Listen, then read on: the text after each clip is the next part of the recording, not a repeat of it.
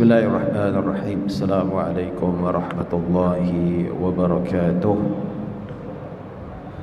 Alhamdulillah nahmaduhu wa nasta'inuhu wa nastahdihi wa nastaghfiruh wa na'udzu billahi min shururi anfusina wa min sayyiati a'malina.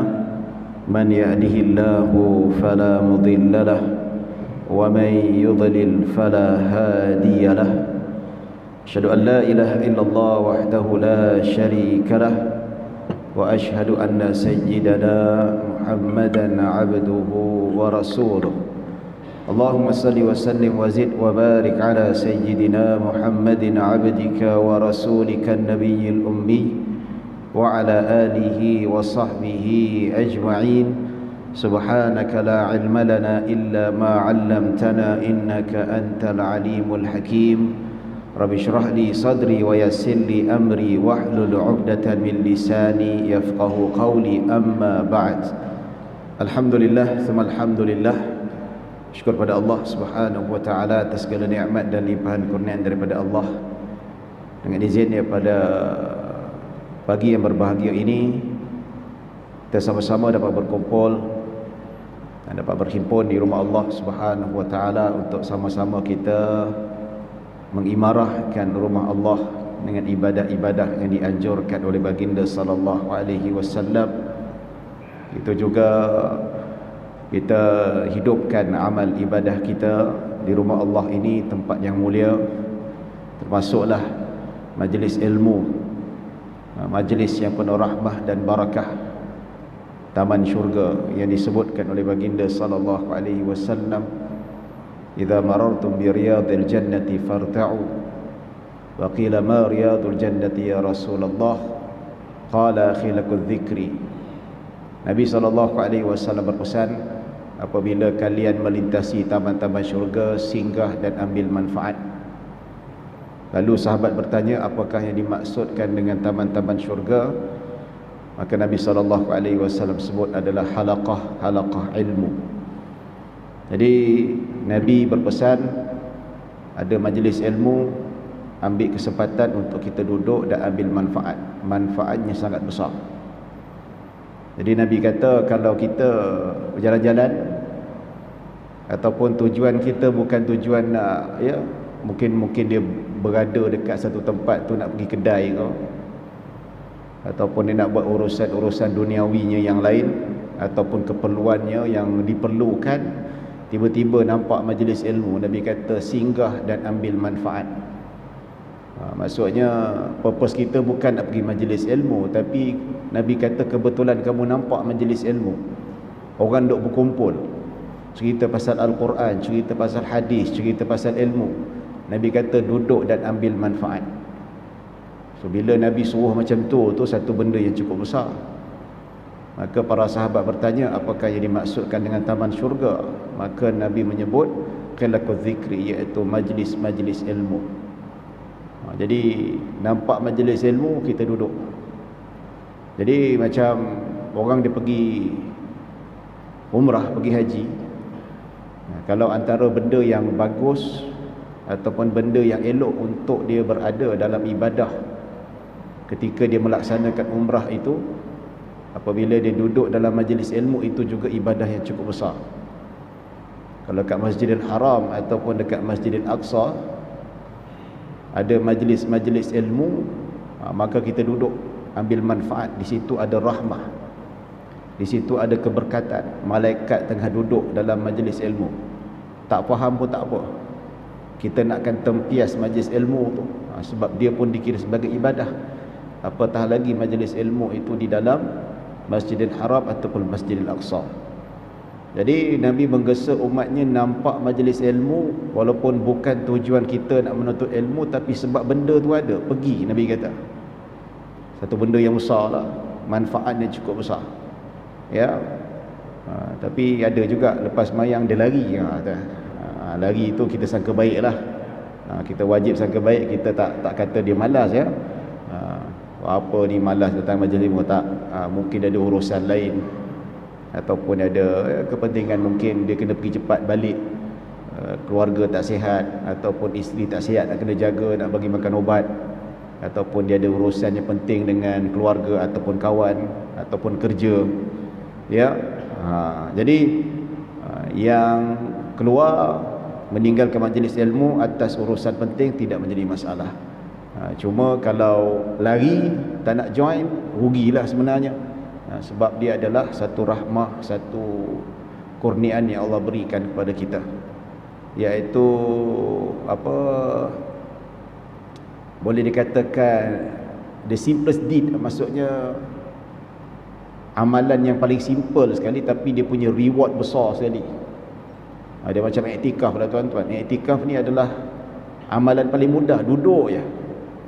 Duduk tak buat apa, duduk je, tak berzikir, tak semayang, tak baca Al-Quran, duduk je dalam masjid, tapi niat iktikaf. Tapi pahala ya, banyak dalam Islam ni kerja-kerja dia mudah je. Tadah kepala, tadah mata, tadah telinga, tadah badan, itu saja, tapi pahala mengalir keluar. Subhanallah, alhamdulillah, kita sebut, kita puji Allah atas kurniaan ganjaran amalan-amalan yang cukup mudah seperti ini, tapi ganjarannya cukup besar. Antaranya, maksudnya amalan yang paling ringan, duduk saja, tadah telinga, majlis ilmu, tapi pahala dan ganjarannya cukup besar. Baik tuan-tuan dan puan-puan dirahmati Allah Subhanahu wa taala, kita sambung pengajian kitab hadis Fardu Ain, yang mana kita dah habis bab berkaitan dengan Ramadan ataupun puasa. Kita dah habis juga ataupun kita dah tamat perbincangan tentang zakat fitrah. Dan insya-Allah pada hari ini kita akan masuk hadis yang ke-15. Kita masuk babul fi sya'nil haji wa ma fihi, iaitu bab berkaitan dengan haji. Jadi insya-Allah kita akan masuk, dan ini satu perbincangan yang boleh dikatakan menarik, perbincangan tentang bermulanya ibadah haji. Dan perbahasan ibadah-ibadah haji itu kita tak tumpukan dari segi sudut hukum hakam, tetapi dari segi sudut perbincangan sejarahnya, macam mana para nabi terdahulu melakukan ibadah, juga dirakamkan dalam perbincangan kita insya-Allah. Jadi tuan-tuan dan puan-puan dirahmati Allah Subhanahu wa taala, hadis yang ke-15, bismillahirrahmanirrahim. Qala al-musannif rahimahullahu taala wa nafa'ana bihi wa bi 'ulumi fid dharain.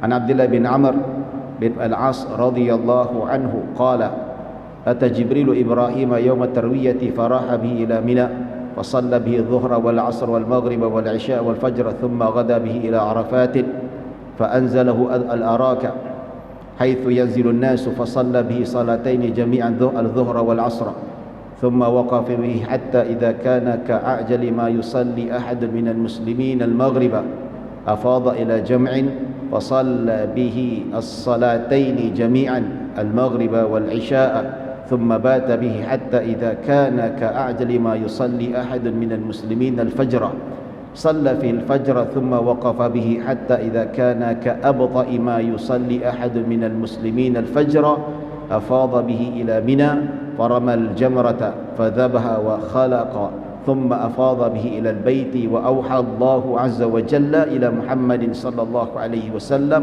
ثم أوحينا إليك أن اتبع ملة إبراهيم حنيفا وما كان من المشركين النحل. رواه ابن أبي Syaibah wal Baihaqi fi Syu'abil Iman.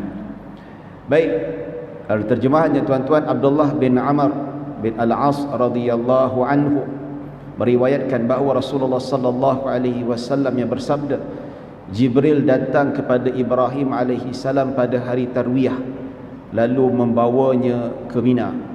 Ini cerita tentang haji ya, tetapi bukan haji Nabi Muhammad sallallahu alaihi wasallam, tetapi haji Nabi Ibrahim alaihi salam.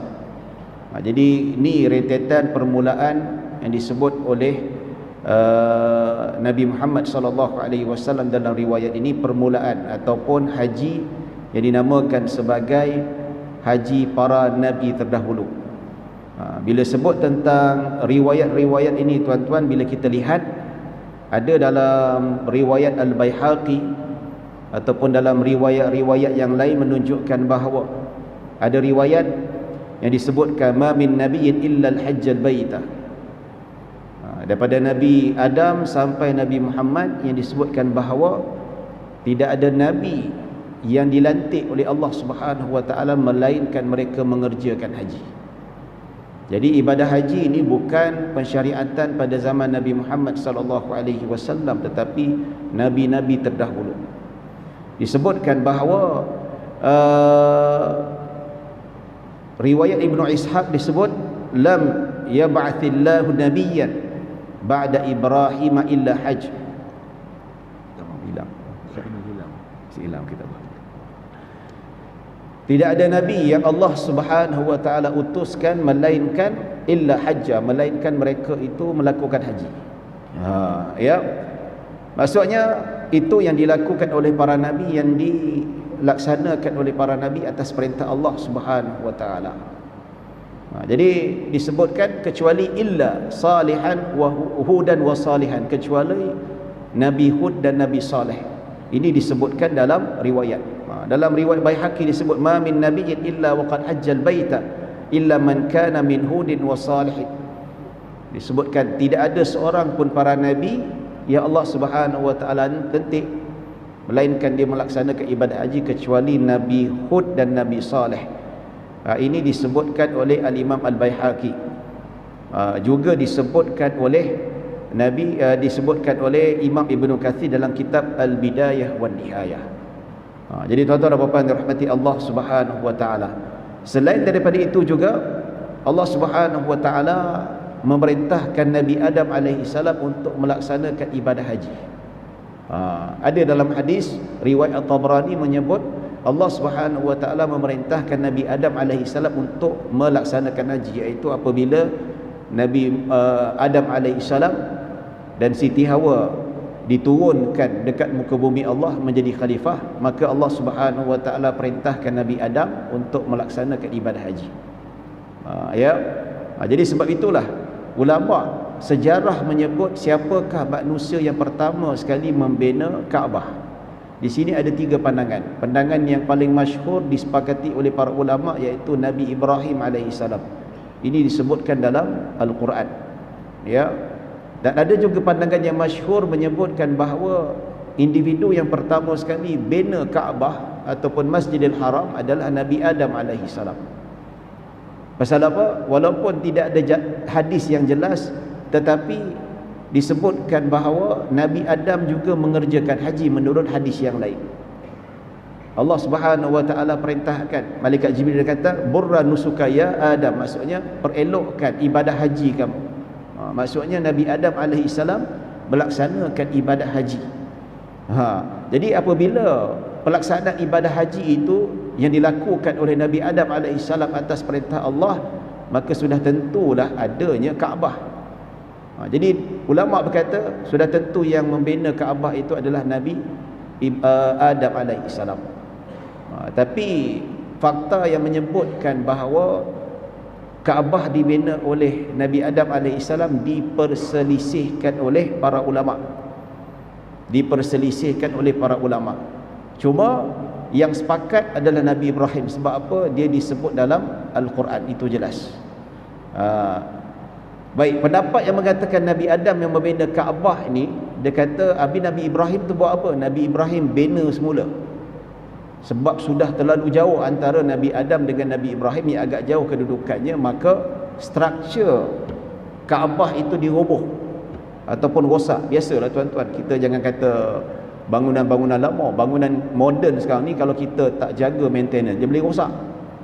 Ya, dia boleh rosak. Jadi sama juga dengan Kaabah yang dibina oleh Nabi Adam itu roboh, maka Allah perintahkan Nabi Ibrahim alaihissalam supaya datang dan membina semula Kaabah itu. Itu dia. Dan pandangan yang mengatakan bahawa Nabi Adam tidak membina Kaabah, dia kata Nabi Ibrahim lah yang pertama sekali membina Kaabah. Habis kata habis itu Nabi Adam pergi haji buat apa? Habis tak ada Kaabah macam mana? Ya, kata Al-Imam Ibnu Katsir dalam kitab Al-Bidayah wan Nihayah, dia kata nak pergi haji ni tak semestinya ada fizikal Kaabah tu. Dia cukup tempat yang mulia itu. Maksudnya pergi haji di kawasan tanah haram. Di situ. Jadi kemungkinan Nabi Adam alaihissalam ketika dia buat haji, Kaabah tak ada, tapi tanah suci itu ada.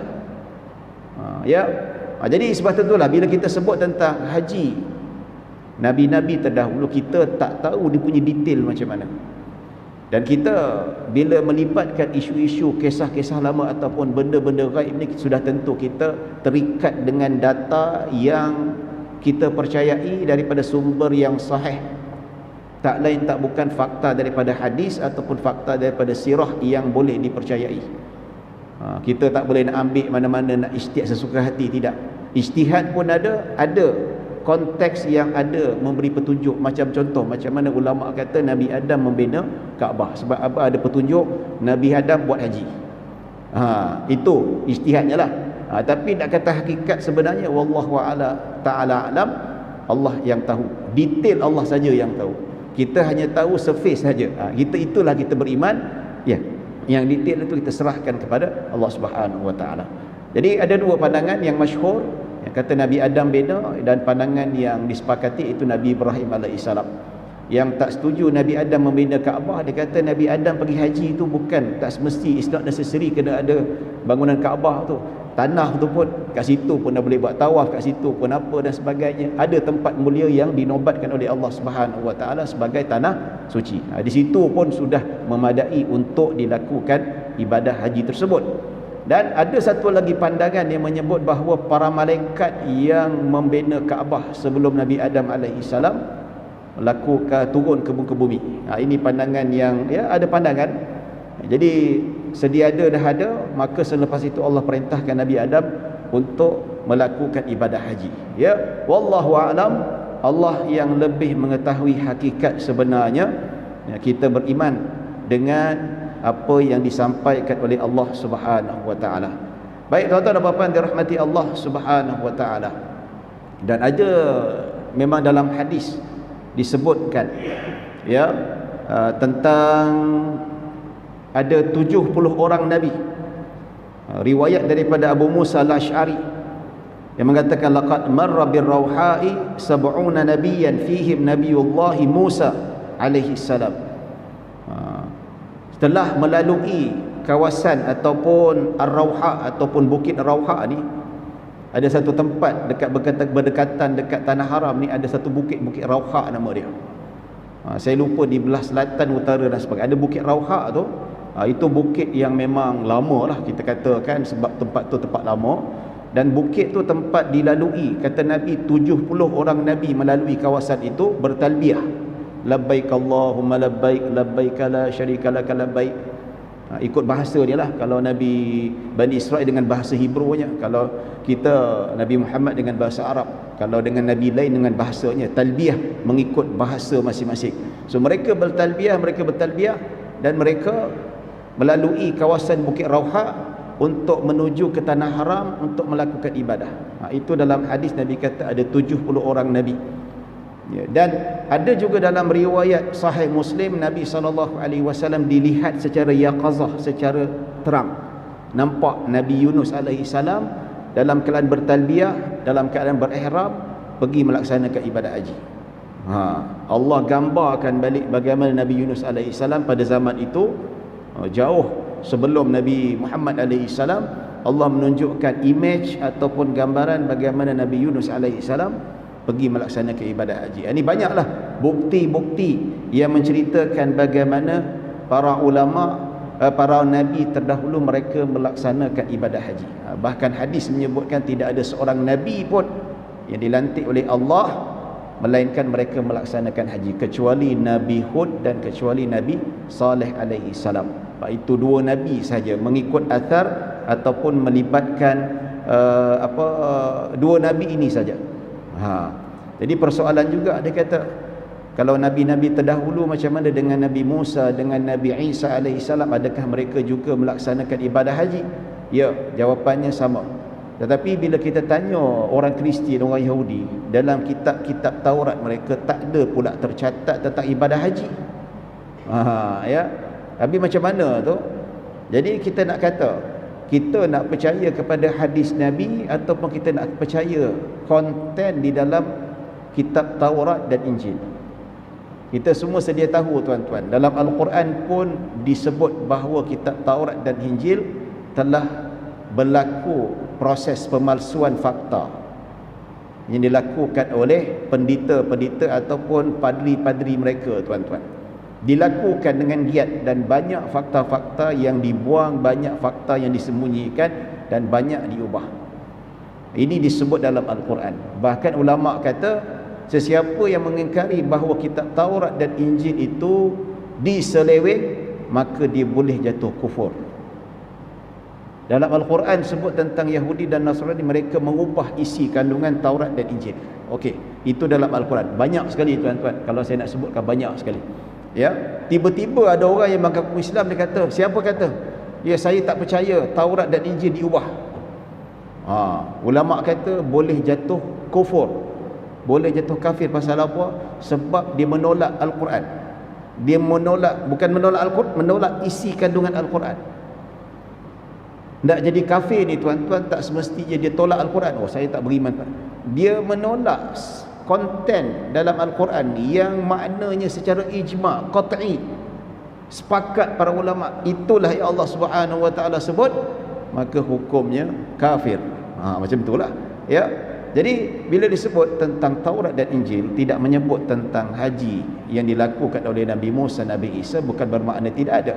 Tetapi dalam hadis dia sebut, ya, dalam hadis tersebut Nabi Musa alaihi salam, Nabi SAW sebut, dia nampak gambaran, Allah tunjukkan gambaran bagaimana Nabi Musa alaihi salam seperti lelaki Bani Shanu'ah. Bani Shanu'ah ni satu kaum kabilah yang ada dalam masyarakat Arab. Kulitnya sawo matang, gelap-gelap sikit dan tinggi. Nabi Musa ni tinggi, ya, dan kuat. Dia sekali tumbuk terkeluar biji mata. Dia sekali lawan dengan pengawal Fir'aun tu. So bila berlawan dengan pengawal Fir'aun tu, sekali ditumbuk terkeluar biji mata dia. Punyalah kuat Nabi Musa ni, dan orang dia tinggi dan hitam manis. Jadi dia seperti seorang lelaki daripada Bani Shanu'ah datang naik unta sambil bertalbiyah, labbaik Allahumma labbaik. Bahasa dia lah, bukan bahasa Arab. Itu jelas dalam hadis Nabi sallallahu alaihi wasallam.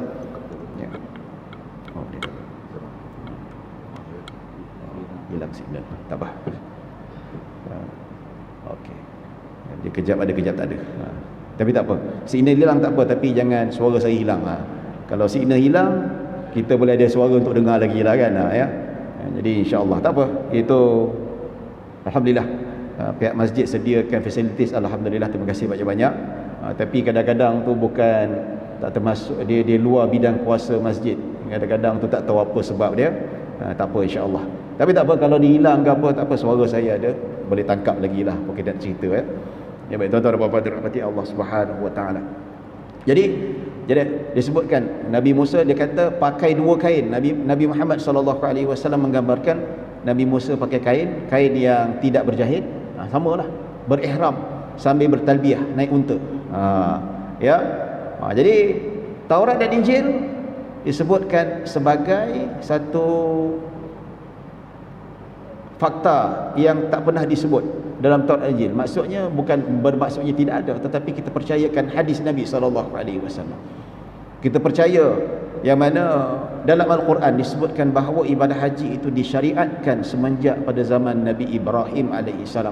Begitulah berlakunya pada Nabi-Nabi yang lain. Maka sudah pastinya berlakunya ibadah haji itu sendiri sebagai satu ibadah yang Allah perintahkan turun-temurun semenjak zaman Nabi Adam hinggalah pada zaman Nabi Muhammad sallallahu alaihi wasallam. Cuma detailnya wallahu alam. Insya-Allah kita akan baca dan kita akan jelaskan pada hadis ini. Baik. Jadi Jibril datang kepada Ibrahim alaihi salam pada hari Tarwiyah. Tarwiyah maksudnya apa? Hari ke-8 Zulhijjah. Hari ke-8 Tarwiyah, iaitu sebelum hari Arafah. Jadi kalau kita lihat dalam sifat haji Nabi SAW disebutkan Nabi sebelum berwukuf di Arafah, Nabi akan duduk pada waktu siang dan bermalam di Mina. Jadi macam kita ni biasa, kalau ikut tabung haji, kita daripada Mekah direct terus naik bas pergi dekat Arafah. Tapi kalau sunnah Nabi SAW, Nabi bukan daripada Mekah, Nabi bermalam di Mina. Daripada Madinah, Nabi pergi ke Mina, bermalam dekat situ. Kemudian daripada Mina hari ke-9 barulah Nabi SAW pergi berwukuf di Arafah. Itu sunnahnya, ya. Tapi ada juga dia kata, kenapa tabung haji tak ikut sunnah Nabi SAW? Kenapa 9 Zulhijjah pergi Arafah? Apa salah kita sunnah Nabi SAW? Ya, kita kena ingat tabung haji nak settlekan 30,000 ke 40,000 jemaah haji. Bukan senang tuan-tuan, ya. Jadi orang kata, alah kita tengok paket swasta tu boleh, paket swasta tu tak apa, awak bayar 11,000. Ya, dia ikut paket swasta tu dapat bermalam di Mina, dia bayar 100,000 tuan-tuan. Tu dia, ya. 100,000 tu dapatlah kereta sebiji, kan? Dapat kereta berapa, Honda ke apa ke. Kita pun nak pergi haji ke nak beli kereta, pergi haji beli kereta, sebab salah pula jadinya. Tapi orang banyak duit, setakat kereta 100,000 aku beli kereta 500,000, okey je. Dia banyak duit tak apalah, itu hak dia, kan. Tapi kalau package memang ada, of course lah, orang bayar mahal tuan-tuan, dapatlah kelebihan sikit. Kita setakat bayar 10,000, lepas tu yang lebih tu subsidi, itu pun bising juga. Ya, macam-macam tak puas hati, dah lah bayar 40%, 60% subsidi, itu pun bising juga. Jadi bersyukurlah. Jadi bermalam di Mina itu pada hari tarwiyah bukanlah wajib, tidak ada kaitan dengan rukun dan wajib haji, tidak ada kaitan, tetapi ia adalah amalan Nabi SAW dan amalan-amalan Nabi terdahulu. Kalau dapat buat, alhamdulillah, lebih afdal, itu lebih bagus, ya. Kalau tidak mengapa. Ada yang mengatakan, saya ingatlah saya last pergi haji 2017. Masa tu saya petugas tabung haji. Ada jemaah kata, ustaz saya nak pergi sendiri boleh? Ya, saya nak ikut sunnah Nabi SAW. Saya nak pergi sendiri dekat Mina. Lepas tu nanti saya pandai-pandai lah jalan kaki pergi dekat apa. Saya kata, siapa nak jaga tuan haji? Ya, nak pergi dekat Mina tu, polis kasih ke tidur dekat tepi-tepi tu.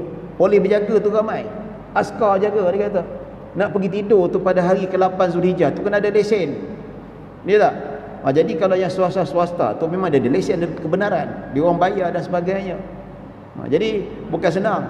Jadi kadang-kadang kita nak fahamkan masyarakat ni pun satu masalah juga kadang-kadang tu, ya. Jadi kadang-kadang kita terpaksa bagi penerangan dalam kursus haji lagi. Ya, betul memang sunnah Nabi SAW, dapat buat lagi bagus. Kalau tak buat tidak mengapa, ya. Baik. Jadi pada hari tarwiyah 8 Zulhijjah, Nabi Ibrahim dibawa oleh malaikat Jibril alaihissalam dekat Mina. Persediaan, ya, untuk pergi dekat Arafah. Baik, di tempat itu beliau melaksanakan solat zuhur, asar, maghrib, isyak, subuh bersama baginda. Nabi Ibrahim solat 5 waktu bersama dengan malaikat Jibril alaihissalam. Ini menunjukkan dalam hadis ni, solat 5 waktu ada pada zaman Nabi Ibrahim alaihissalam dan nabi-nabi terdahulu.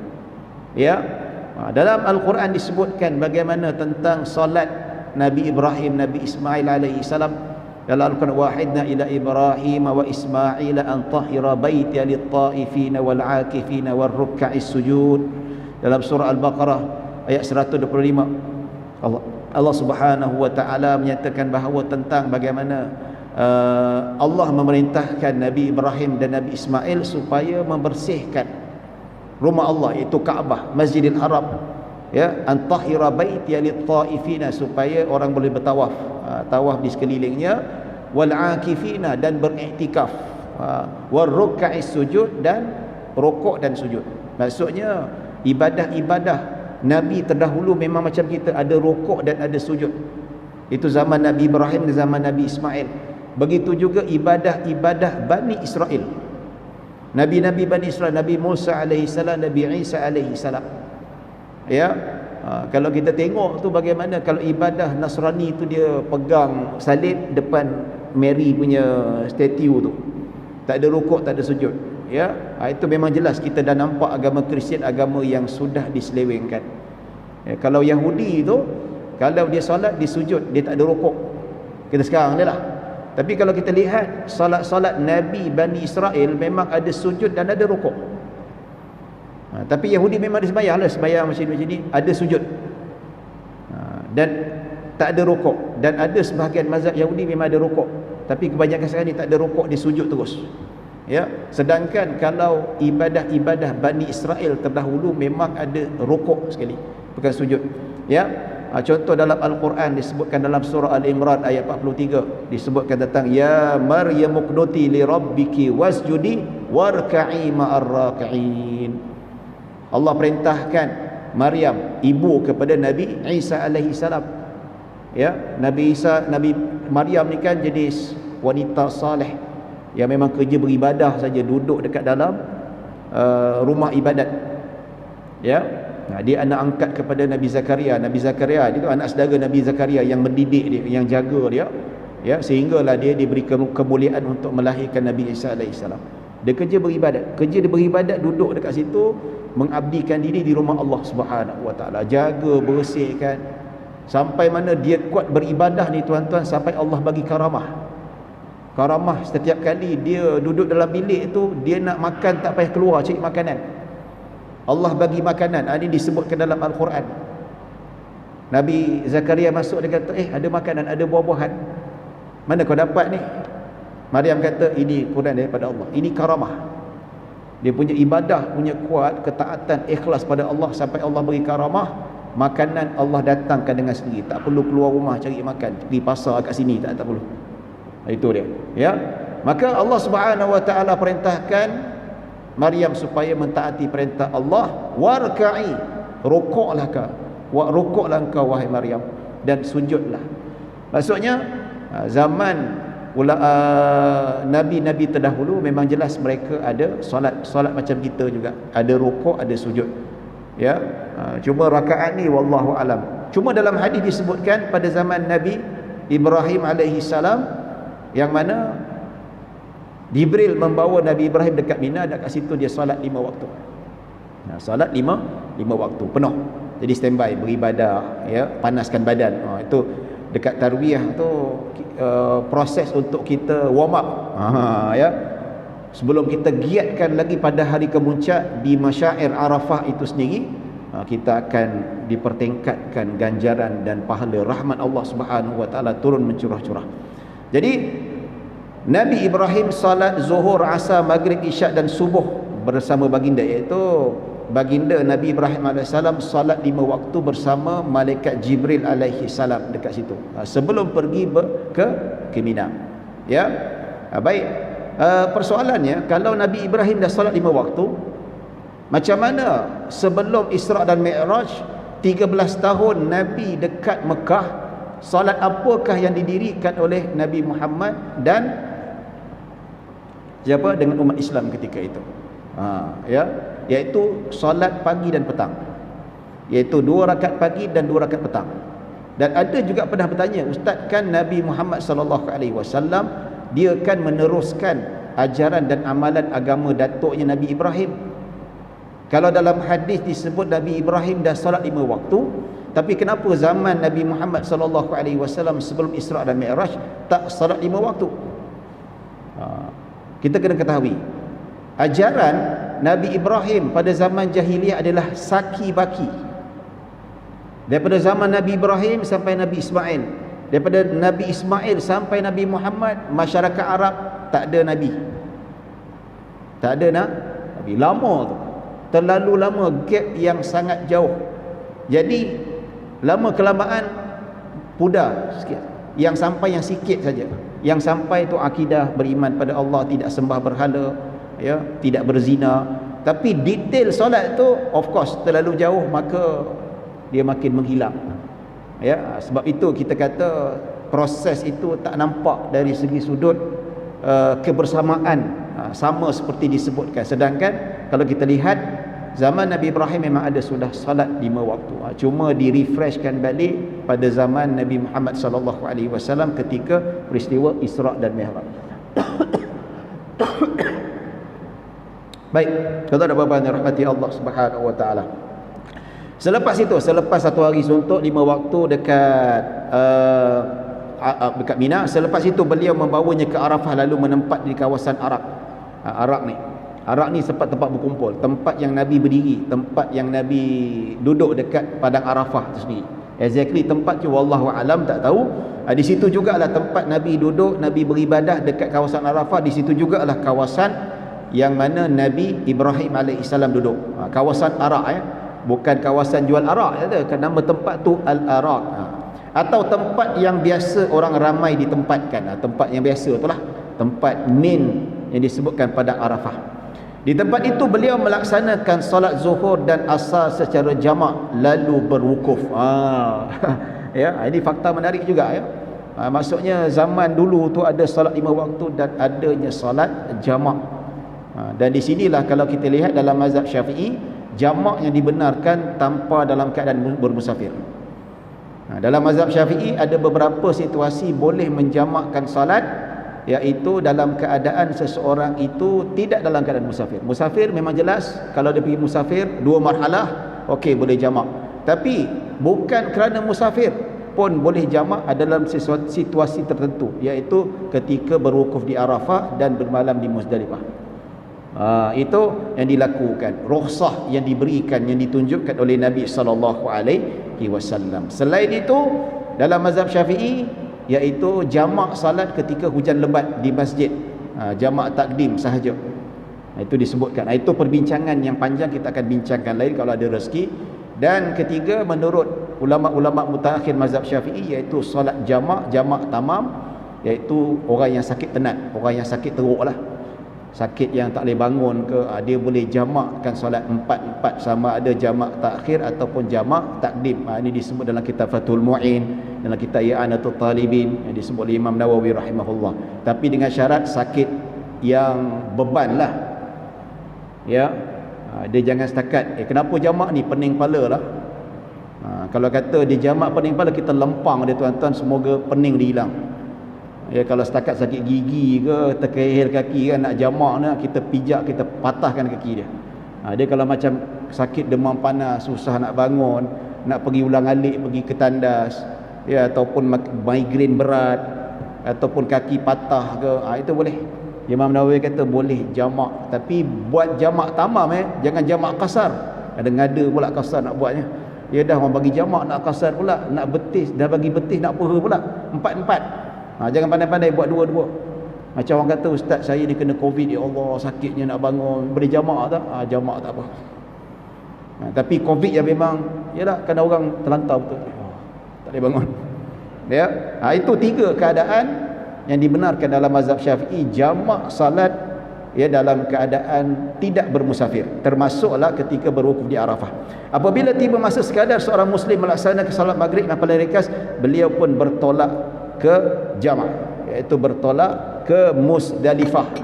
Ya. Jadi maksudnya sampai tempoh yang agak-agak beberapa minit nak sampai waktu maghrib, ataupun dalam tempoh maghrib yang paling pendek, maka malaikat Jibril alaihissalam bawa Nabi Ibrahim pergi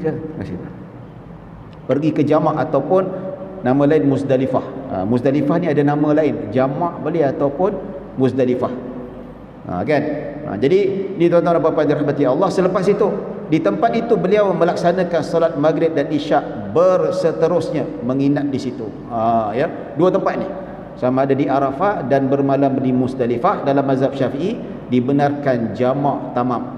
Tapi kecuali kalau memang dia sampai bermusafir, ataupun dia duduk dekat Mekah, tak cukup 4 hari, dia boleh jamak kasar. Tapi kalau dia memang sudah bermukim, maka dia tidak melakukan jamak kasar, tapi jamak saja. Baik, jadi Nabi Ibrahim dan malaikat Jibril melakukan salat maghrib isyak secara jamak dan menginap bermalam dekat Arafah, berwukuf dekat situ, dekat Muzdalifah. Muzdalifah ni adalah wajib haji, ya. Kita kena bermalam paling kurang separuh malam, 4 jam ke 5 jam pada waktu itu. Apabila tiba masa sekadar seorang muslim melakukan solat subuh yang paling ringkas, beliau melaksanakan solat subuh kemudian bertolak ke Mina. Ya, waktu-waktu subuh tu, selepas subuh bermalam, maka Nabi Ibrahim dibawa oleh malaikat Jibril pergi ke Mina. Pergi ke Mina untuk melakukan ibadah jamrah. Ya, kalau kita buat tu jamratul kubra. Buat jamratul kubra tu kita dah masuk tahallul awal. Tahallul awal ni dia boleh buka ihram, dah boleh start dah start cukur dah tuan-tuan. Lepas kita dah jamrah kubra tu, kita dah cukur, kita dah boleh start pakai baju jahit ke, nak cabut bulu ketiak ke apa ke, tak ada masalah. Ya, kalau tahallul awal ni dia tak boleh jima' dengan bernikah saja. Ya, kalau tahallul tadi segala-galanya sudah terlepas. So bertolak di Mina untuk duduk situ bermalam kerana sama ada dia nak buat nafar awal selama 2 malam ataupun nafar sani selama 3 hari untuk melontar sebanyak 33 jamrah. Jadi apabila kita sampai dekat Mina, kita lontar dekat Jamrah Kubra dulu. Lepas Jamrah Kubra tu sama ada kita nak buat pilihan, ada 2 pilihan.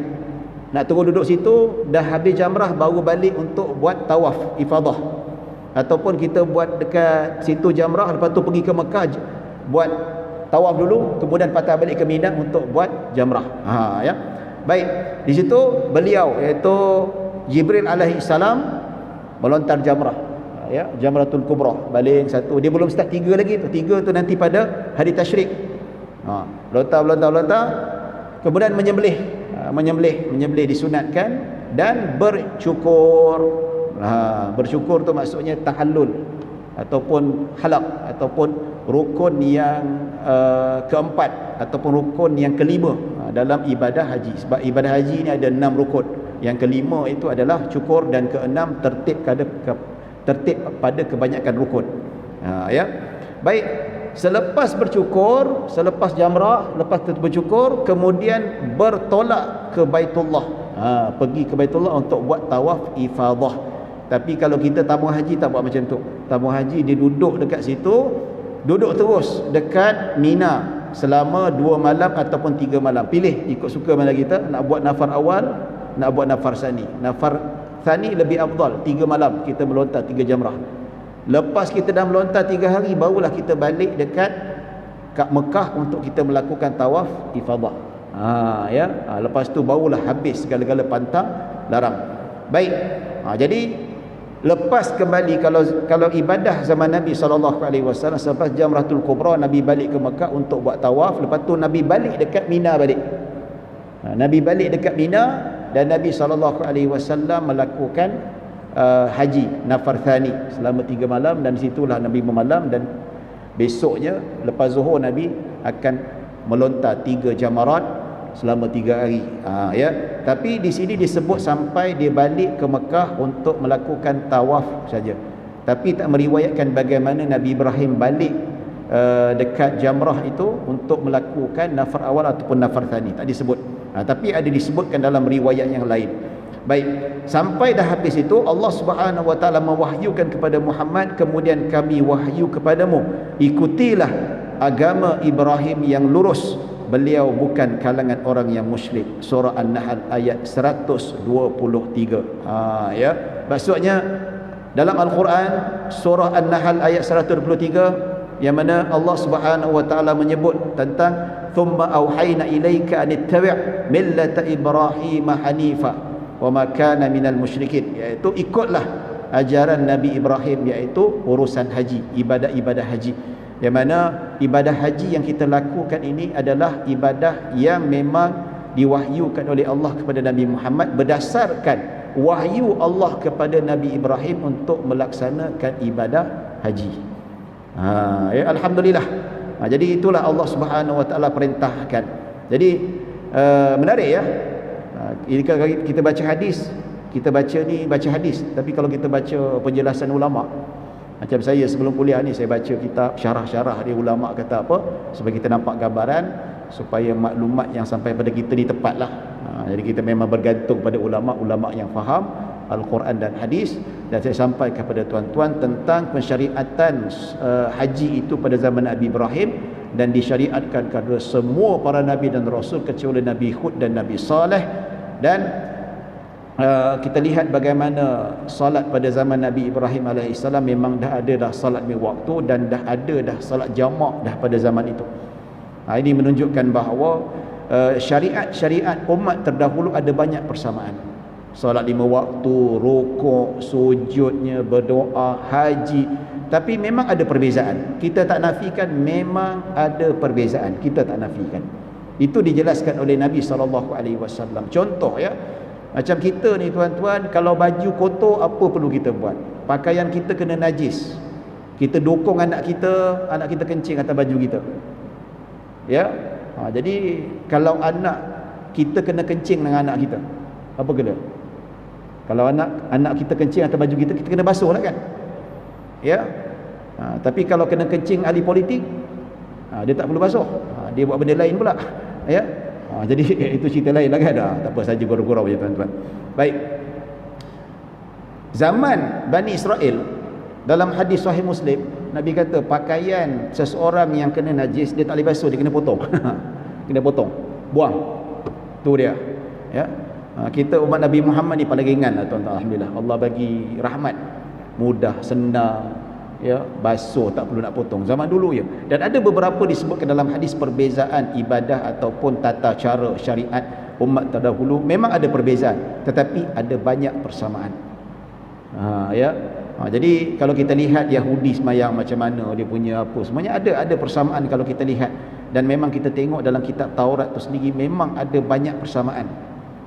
Ya, dalam kitab Bible cerita tentang Allah yang Esa, ya, Allah berkuasa. Ada kisah-kisah dalam Al-Quran juga disebut dalam kitab Taurat dan Injil, ada persamaan. Dan banyak juga kisah-kisah yang disebut dalam Al-Quran tak ada dalam Taurat dan Injil. Ya, ini menolaklah bahawa Nabi Muhammad SAW bukan meniru Taurat dan Injil untuk menulis Al-Quran, tetapi daripada Allah Subhanahu Wa Taala. Kalau ya, kenapa banyak sekali kisah-kisah yang tidak dicerita dalam Taurat dan Injil tetapi diceritakan dalam Al-Quran. Jadi itu jelas Nabi Muhammad SAW bukan mencipta Al-Quran, bukan mencipta agama, tetapi Nabi lah Nabi akhir zaman yang tidak ada Nabi selepas itu. Ya. Baik tuan-tuan dan puan-puan dirahmati Allah Subhanahu Wa Taala. Baik, saya rasa setakat itu saja yang dapat saya kongsikan pada hari ini. Cukup 45 minit kita berbincang. Mudah-mudahan kita mendapat rahmah dan maghfirah. InsyaAllah pada sesi yang akan datang kita akan bincang lagi beberapa hadis tambahan mengenai pensyariatan haji ini. Ya, mudah-mudahan kita dipanjangkan umur, murah rezeki, kita dapat bertemu pada tahun hadapan insya-Allah. Lama lagi tu. Ini baru 2023, tahun depan baru jumpa. Insya-Allah. Mudah-mudahan panjang umur dan murah rezeki. Aku qauli hadza wa astaghfirullahalazim li wa lakum. Yang baik hanya daripada Allah Subhanahu Wa Taala, kekurangan kesilapan daripada diri saya sendiri. Aku qauli hadza wa astaghfirullahalazim li wa lakum wa lisairil muslimin wal muslimat wal mu'minin wal mu'minat. Bismillahirrahmanirrahim. Allahumma ja'al jam'ana hadza jam'an marhuma wa tafarruqana min ba'di tafarruqan ma'suma. Allahumma la tada' fi maqamina hadza ma illa ghafarta wa la hamman illa farajta wa la maridan illa shafaita wa la hajata min hawaiji dunya wal akhirati illa qadaita ya rabbal alamin. Sallallahu ala sayyidina Muhammadin wa ala alihi wa sahbihi wasallam. Alhamdulillahi rabbil alamin. Assalamualaikum warahmatullahi wabarakatuh.